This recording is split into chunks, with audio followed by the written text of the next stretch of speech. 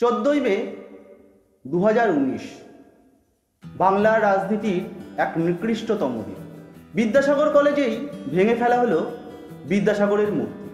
দোষ পাল্টা দোষের গুঞ্জনে বাংলার আকাশ বাতাস ভরে উঠল। আবার কিছুদিন পর সমস্ত গুঞ্জন থেমেও গেল, আমরাও সব ভুলে গেলাম আস্তে আস্তে। আসুন একটা গল্প বলি। বাংলা সাহিত্যের এক উজ্জ্বল নক্ষত্রের নাম মাইকেল মধুসূদন দত্ত। মাইকেল মধুসূদন দত্তকে বিদ্যাসাগর বিভিন্ন সময় বিভিন্নভাবে সাহায্য করেছিলেন এবং এর জন্য তিনি বারবার ঋণগ্রস্ত পর্যন্ত হয়েছিলেন। এহেন মাইকেল মধুসূদন দত্তের মৃত্যুর পর কিছু মাইকেল অনুরাগী মানুষ বিদ্যাসাগরের কাছে আসলেন কিনা তার একটা মূর্তি প্রতিষ্ঠার জন্য। সেক্ষেত্রে বিদ্যাসাগর আক্ষেপ করে বলেছিলেন, দেখো, প্রাণপণ চেষ্টা করে যার জান রাখতে পারিনি তার হাড় রাখবার জন্য আমি ব্যস্ত নই। এই গল্পটা এখানে বলার উদ্দেশ্য হলো, বিদ্যাসাগরের মূর্তি রক্ষার জন্য আমরা এত ব্যস্ত না হয়ে যদি তার আদর্শকে রক্ষা করতে পারতাম তবে এই দিনটা হয়তো আমাদের দেখতে হতো। ছোটবেলা থেকে বিভিন্ন পাঠ্যপুস্তকে আমরা বিদ্যাসাগরকে পেয়েছি, কখনো দয়াসাগর হিসাবে, কখনো বিদ্যাসাগর হিসাবে, কখনো সমাজ সংস্কারক হিসাবে। খুব পরিকল্পিতভাবে একজন সৎ, আদর্শবান, আধুনিক বিজ্ঞান মনস্ক মানুষের জীবন দর্শনকে আমাদের শিশু কিশোর সমাজের থেকে সরিয়ে রাখা হয়েছে।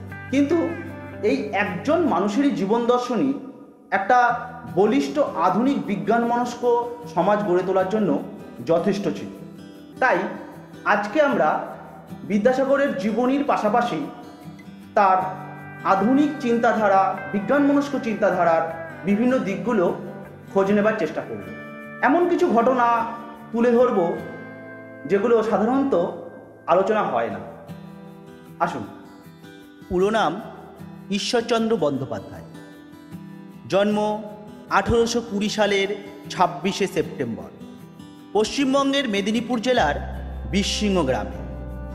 বাবা ঠাকুরদাস বন্দ্যোপাধ্যায়, মা ভগবতী দেবী। আর্থিক অনটনের কারণে খুব অল্প বয়সেই ঠাকুরদাস বন্দ্যোপাধ্যায়কে কলকাতায় আসতে হয়েছিল।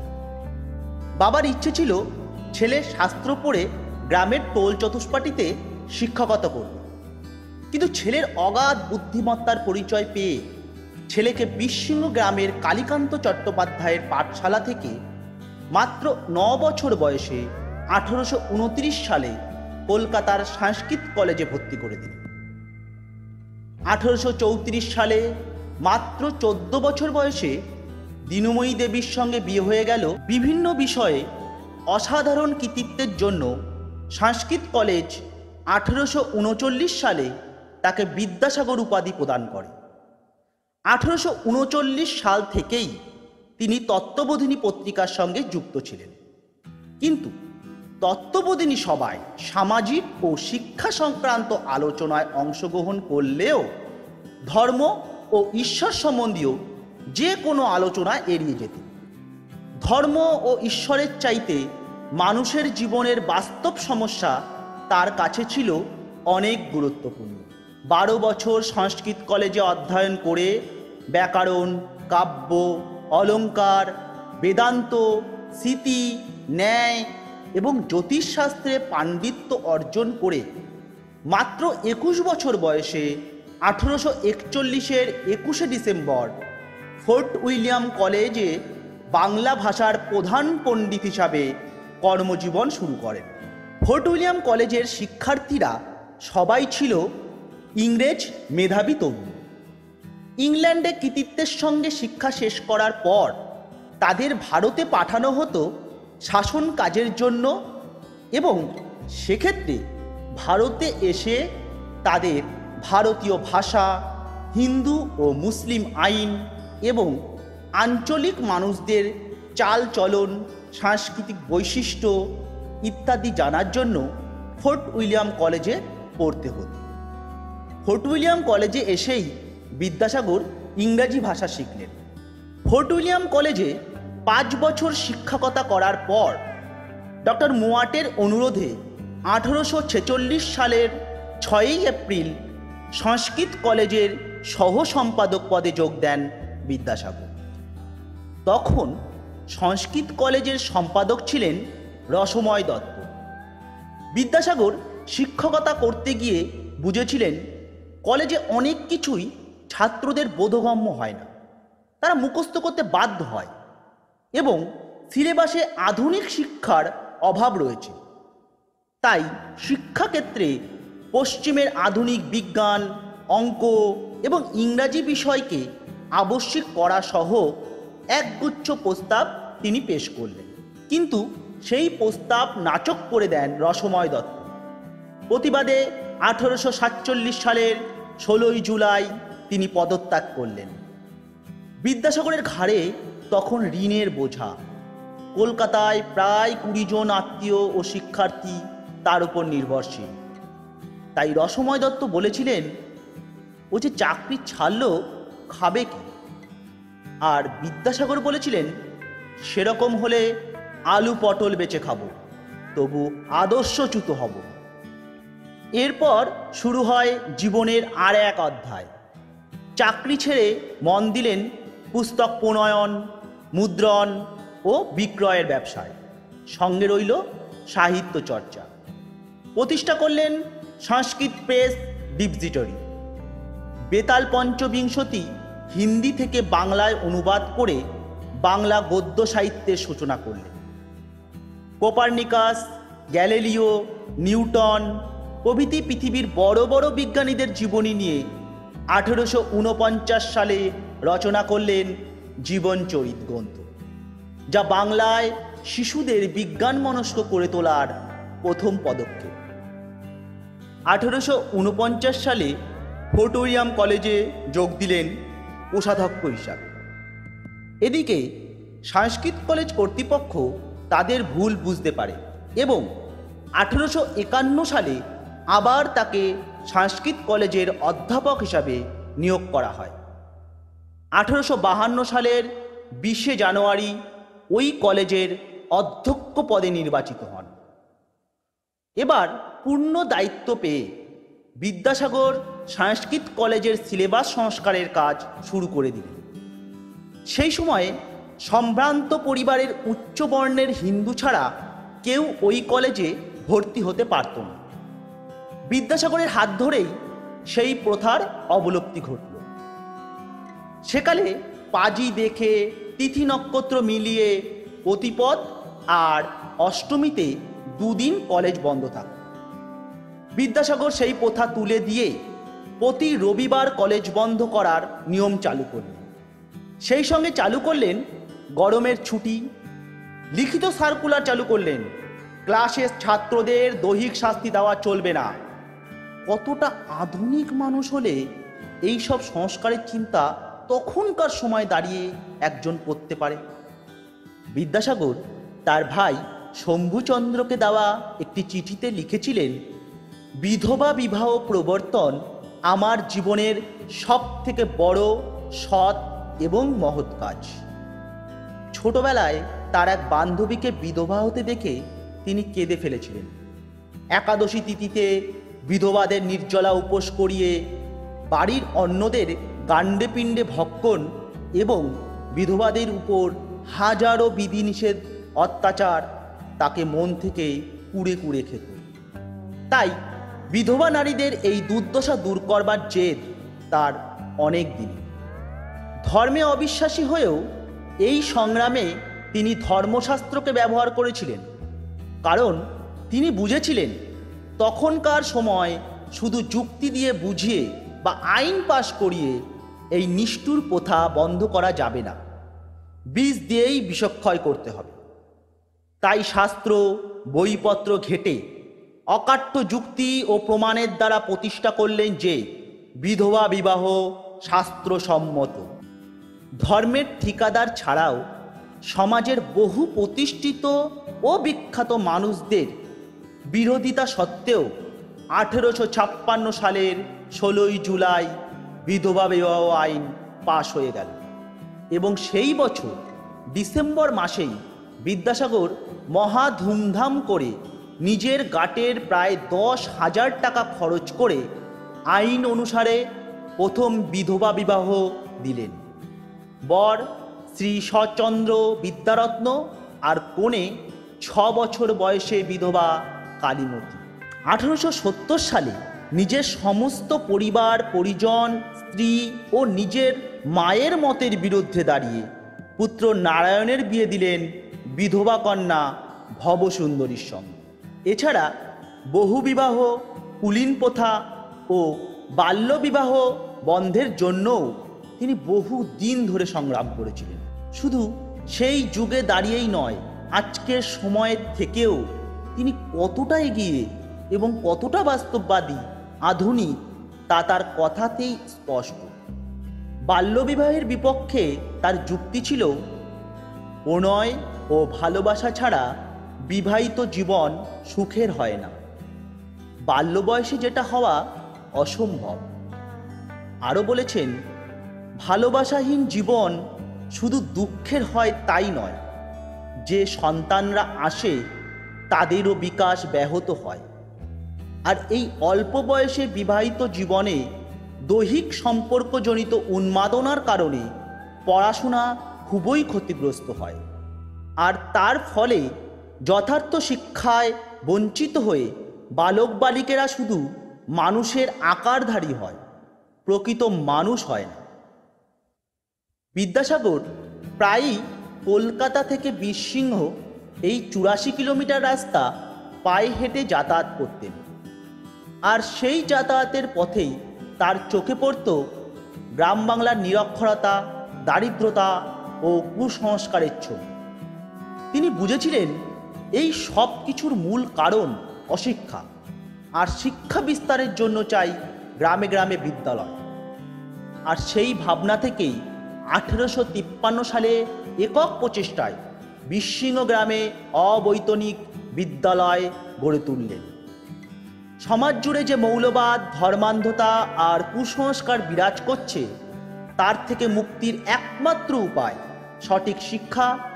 এই অনুভবের তাগিদে জনশিক্ষা, শিশু শিক্ষা ও নারী শিক্ষা প্রসারে সারা জীবন নিজেকে উজাড় করে দিয়েছিলেন। গ্রামের শ্রমিক ও কৃষক শ্রেণীর মানুষদের দিনের বেলা জীবিকা ছেড়ে শিক্ষা গ্রহণ করা সম্ভব নয়, তাই তিনি রাত্রিকালীন বিদ্যালয় স্থাপন করেছিলেন। সংস্কৃত কলেজের অধ্যক্ষের দায়িত্বের পাশাপাশি নদিয়া, হুগলি, বর্ধমান ও মেদিনীপুর এই 4টি জেলায় স্পেশাল ইন্সপেক্টর অফ স্কুলস এর দায়িত্বভার বিদ্যাসাগরের উপর ছিল। 1855 থেকে 58 তার প্রচেষ্টায় এই প্রত্যেকটি জেলায় মডেল স্কুল গড়ে ওঠে এবং ওই সব স্কুলগুলোর শিক্ষক শিক্ষিকা পাবার জন্য প্রতিটি জেলায় শিক্ষক প্রশিক্ষণ কেন্দ্র গড়ে তোলা হয়। মেয়েদের শিক্ষার জন্য বিদ্যাসাগর তার অধীনস্থ 4টি জেলায় মোট 35টি বিদ্যালয় স্থাপন করেছিলেন। এছাড়া জে.বি. বেথুনের উদ্যোগে মহিলাদের জন্য প্রতিষ্ঠিত প্রথম বিদ্যালয়ের অবৈতনিক সম্পাদকের দায়িত্ব নিজের ঘাড়ে তুলে নিয়েছিলেন। 1857 সালের 24শে জানুয়ারি স্থাপিত কলকাতা বিশ্ববিদ্যালয়ের পরিচালনা কমিটির অন্যতম সদস্যের জন্য তিনি নির্বাচিত হন। এই সময়কালে এত ব্যস্ততার মধ্যেও তিনি বিভিন্ন বই রচনার কাজে নিযুক্ত হয়েছিলেন। এই সময়কালের মধ্যে তিনি রচনা করেন উপক্রমণিকা, বোধোদয়, ঋজুপাঠ, শকুন্তলার মতো 10টি বই।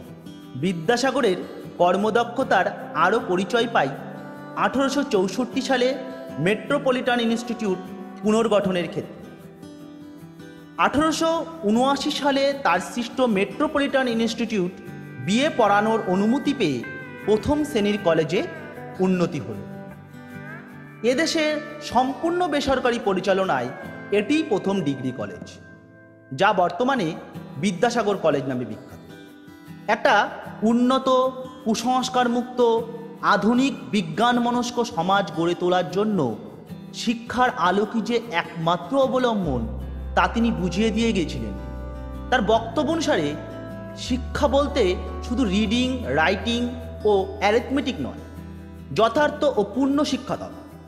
ভূগোল, সাহিত্য, ন্যাচারাল ফিলোসফি, মরাল ফিলোসফি, ফিজিওলজি, পলিটিক্যাল ইকোনমি ইত্যাদি শিক্ষা দরকার। তিনি বলেছিলেন, এমন শিক্ষক চাই যারা বাংলা ভাষা জানে, ইংরাজি ভাষা জানে আর ধর্মীয় সংস্কার মুক্ত। তিনি ভারতীয় সভ্যতার সাথে পাশ্চাত্য বিজ্ঞান সভ্যতার একটা যুক্তিভিত্তিক সংযোগ সাধন করতে চেয়েছিলেন। তার বক্তব্য ছিল, সংস্কৃত শিখিয়ে পূজ্য হয়ে যাওয়া এই জাতির মেরুদণ্ড খাড়া করা যাবে না। এই জাতির মেরুদণ্ড খাড়া করতে হলে বিশ্বের জ্ঞান বিজ্ঞানের সঙ্গে তাকে পরিচিত হওয়ার সুযোগ দিতে হবে। আর ইংরেজি শিখলেই দেশের যুবকরা তার মাধ্যমে ইতিহাস, লজিক ও আধুনিক বৈজ্ঞানিক চিন্তাধারার সাথে পরিচিত হবে। নিজে সংস্কৃতের একজন পণ্ডিত হওয়া সত্ত্বেও তিনি একথা বলেছিলেন। সেই ধর্মীয় অনুশাসনের সময় দাঁড়িয়েও বলেছিলেন, আমাদের দেশে সাংখ্য ও বেদান্ত হল ভ্রান্ত দর্শন। বিদ্যাসাগর চরিত্রের আরেকটি দিকের পরিচয় আমরা বারবার পেয়েছি। শিক্ষা বিস্তারে ইংরেজদের চাকরি করেছেন, কিন্তু কখনোই অনুগত হননি। তাই নিজের আদর্শকে প্রাধান্য দিয়ে বারবার চাকরি ছেড়েছেন। সারা জীবন শিরদাঁড়া সোজা করে বেঁচেছেন। তাই যখন ব্রিটিশ শাসকের প্রতিনিধি কার সাহেব নিজের ঘরে বিদ্যাসাগরের সামনে জুতোশুদ্ধ পা টেবিলের উপর রেখে তাকে অপমান করেছিল, ঠিক একইভাবে কার সাহেবকে নিজের ঘরে ডেকে এনে টেবিলের উপর পা তুলে তাকে তার অপমানের জবাব ফিরিয়ে দিয়েছিলেন। এবং এই ঘটনার পর শিক্ষা পরিষদের সম্পাদক যখন বিদ্যাসাগরের কাছে কৈফিয়ত চেয়েছিলেন, তিনি জানিয়েছিলেন, আমি ভেবেছিলাম আমরা অসভ্য, সাহেবরা সভ্য। সাহেবদের কাছ থেকে আমাদের সভ্যতা শেখা উচিত। কার সাহেবের কাছে আমি যেমন অভ্যর্থনা পেয়েছিলাম, আমি ভেবেছিলাম অভ্যর্থনা করার সেটি সভ্য রীতি। এতে যদি আমার কোনো অপরাধ হয়ে থাকে, তো সেই অপরাধের জন্য স্বয়ং কার সাহেবই দায়ী। 1858 সালের নভেম্বরে আবার ব্রিটিশ সরকার যখন তার বক্তব্য অগ্রাহ্য করে সংস্কৃত কলেজে ব্যালেন্টাইনের সুপারিশ গ্রহণ করল, তখন শেষবারের মতো তিনি সংস্কৃত কলেজ থেকে পদত্যাগ করলেন। নাম, যশ, খ্যাতি, পুরস্কারের কোনো দিনও তোয়াক্কা করেন। সারা জীবন নিজের আত্মসম্মানবোধ, আদর্শ ও মানুষের সেবা করে গেছেন। একটা গল্প বলি। বিশেষ সম্মান প্রদর্শনের জন্য ভারত সরকার তাকে CIA পদক দেবার সিদ্ধান্ত নিল। তিনি কলকাতায় তখন ছিলেন, কিন্তু যখনই এই খবর শুনলেন তখন তিনি কলকাতা ছেড়ে অন্যত্র চলে গেলেন। কিন্তু সরকার নাছোড়বান্দা। যখন আবার তিনি কলকাতায় ফিরে এলেন, তখন সরকার দুজন কর্মচারীকে দিয়ে পদক পাঠিয়ে দিলেন। কর্মচারীরা কিছু বকশিসের আশায় বাড়ির সামনে দীর্ঘক্ষণ দাঁড়িয়ে রইল। পদকের প্রতি তাচ্ছিল্য প্রকাশ করে বিদ্যাসাগর তখন বলেছিলেন, আমি একটা কথা বলি, তাতে আমারও সুবিধে, তোমাদেরও সুবিধে। এই পদকখানা নিয়ে বাজারে যাও, কোনো এক বেনের দোকানে গিয়ে বেচে দাও, যা পাবে দুজনে ভাগ করে নিও। 1866 থেকে 67 সালের দুর্ভিক্ষে বীরসিংহ ও বর্ধমানে নিজের খরচে হাজার হাজার নিরন্ন মানুষের জন্য অন্নসত্র খুলে ভীষণভাবে ঋণগ্রস্ত হয়ে পড়েছিলেন বিদ্যাসাগর। ফলে 1869 সালে মাত্র 8,000 টাকায় প্রেসের 2/3 বিক্রি করে দিতে বাধ্য হন। সংস্কৃত শাস্ত্রের প্রবল জ্ঞান, সাধারণ ব্রাহ্মণের বেশভূষা দেখে কেউ কি আন্দাজ করতে পারবে যে মানুষটি ভগবান, পুজো আর্চা, আত্মা পরমাত্মার প্রতি তার কোনো বিশ্বাস ছিল না? মায়ের ইচ্ছে সত্ত্বেও কোনো দিন দীক্ষা নেননি। রামকৃষ্ণ বাড়িতে এসে নিমন্ত্রণ করে গেলেও দক্ষিণেশ্বরে কোনো দিনও পা রাখেন। বাবা, মা, আত্মীয় স্বজনের বিরুদ্ধে গিয়ে ছেলে নারায়ণকে বিধবা কন্যার সঙ্গে বিয়ে দেওয়ার সময় তার ভাই যখন চিঠি লিখে জানালো এই বিয়ে দিলে আত্মীয় কুটুম্বরা সম্পর্ক রাখবে না, তখন দৃঢ়কণ্ঠে জানিয়েছিলেন, আমি দেশাচারের নিতান্ত দাস নই। নিজের বা সমাজের মঙ্গলের নিমিত্ত যাহা উচিত বা আবশ্যক বোধ হইবে তাহা করিব। লোকের বা কুটুম্বের ভয়ে কদাচ সংকুচিত হব না। শেষ জীবনে সত্যিই তিনি একদম একলা হয়ে পড়েছিলেন। আত্মীয় স্বজন, বন্ধু বান্ধব, ছেলে মেয়ে সবার থেকে আলাদা হয়ে গেছিলেন। 1875 সালের 31শে মে নিজের সম্পত্তির উইল বা ইচ্ছাপত্র করে গেছিলেন। এতে রয়েছে তার নিজের সম্পত্তির তালিকা, ৪৫ জন নরনারীর নির্দিষ্ট হারে মাসিক বৃত্তি দেবার নির্দেশ। এছাড়া রয়েছে দাতব্য চিকিৎসালয় ও মায়ের নামে স্থাপিত বালিকা বিদ্যালয়ের জন্য অর্থ অনুদান। তবে সবথেকে বিস্ময়কর ২৫ নম্বর অনুচ্ছেদ, যেখানে ৫ সন্তানের মধ্যে একমাত্র পুত্র নারায়ণচন্দ্রকে সম্পূর্ণরূপে তার সম্পত্তির অধিকার থেকে বঞ্চিত করেছিলেন। উইল লেখার ১ বছর আগেই ছেলের যথেচ্ছাচারী জীবনযাপন ও কুপদগামিতার জন্য তাকে ত্যায্যপুত্র করেছিলেন। অন্যায়ের ক্ষেত্রে নিজের সন্তানকেও মাফ করেন। উইল লেখার পরও ১৬ বছর বেঁচেছিলেন, কিন্তু উইলের একটি কলমও তিনি পরিবর্তন করেন। শেষের দিকে একটু শান্তি পাওয়ার জন্য বিহারের কর্মটারে সাঁওতালদের সঙ্গে গিয়ে থাকতেন। এই সব সরল প্রাণবন্ত মানুষের মাঝে কিছুটা শান্তি পেয়েছিলেন। বিদেশ থেকে হোমিওপ্যাথিক বই আনিয়ে তা পড়ে তাদের চিকিৎসা করতেন। শীতে তাদের জন্য দিতেন বস্ত্র। আবার মাঝে মাঝে কলকাতার বাদুরবাগানের বাড়ি ছেড়ে চন্দননগরে বাউল ফকিরদের সঙ্গে জীবন কাটাতেন। ১৮৬৬ সালে ১৬ই ডিসেম্বর উত্তরপাড়া মেয়েদের স্কুল পরিদর্শনকালে বালি স্টেশনের কাছে তার গাড়ি উল্টে যায় এবং প্রচণ্ড আঘাত পান। লিভার প্রচণ্ড ক্ষতিগ্রস্ত হয়। দীর্ঘদিন চিকিৎসার পরে ব্যথা কমলেও কোনো দিনও আর পুরোপুরি সুস্থ হননি। এই অসুস্থতার মধ্যেই ১৮৬৯ সালে প্রকাশ করলেন ভ্রান্তিবিলাস। ১৮৯১ সালের ২৯শে জুলাই রাত ২:১৮ শেষ নিঃশ্বাস ত্যাগ করেন বিদ্যাসাগর। চলে গেলেন আপসীন, আত্মমর্যাদা সম্পন্ন, বিজ্ঞান মনস্ক, আধুনিকতার এক মূর্তপতি। আর মানব জাতির জন্য রেখে গেলেন তার সারা জীবনের এক বাস্তববাদী দর্শন। আজ থেকে প্রায় ২০০ বছর আগে মৌলবাদী, ধর্মান্ধতা, কুসংস্কারের বিরুদ্ধে এক আপসহীন সংগ্রাম শুরু করেছিলেন এবং বুঝিয়ে দিয়ে গিয়েছিলেন এই কাজে সাফল্য পেতে প্রয়োজন জনশিক্ষার প্রসার। আজকের দিনে দাঁড়িয়েও আমরা কতটা আধুনিক হতে পেরেছি। কুসংস্কারের বীজ সমাজের রন্ধ্রে রন্ধ্রে ছড়িয়ে রয়েছে। মৌলবাদী, ধর্মান্ধ চিন্তাশক্তি আমাদের সমাজকে পঙ্গু করে রেখেছে আমাদের মনকে। আর সেই কবে তিনি বলে গিয়েছিলেন, শ্রেণী, সমাজ, জাতি ও পরিবার এই সবই মানুষের গড়া। ঈশ্বর নামে কোনো অলৌকিক শক্তি তা সৃষ্টি করেনি। ঈশ্বরকে মানুষই গড়ে, মানুষই ভাঙে। তাই আসুন আমরা বিদ্যাসাগরের আধুনিক বিজ্ঞানসম্মত চিন্তাধারাকে গ্রহণ করে একটি উন্নত, সুন্দর সমাজ গড়ে তুলি।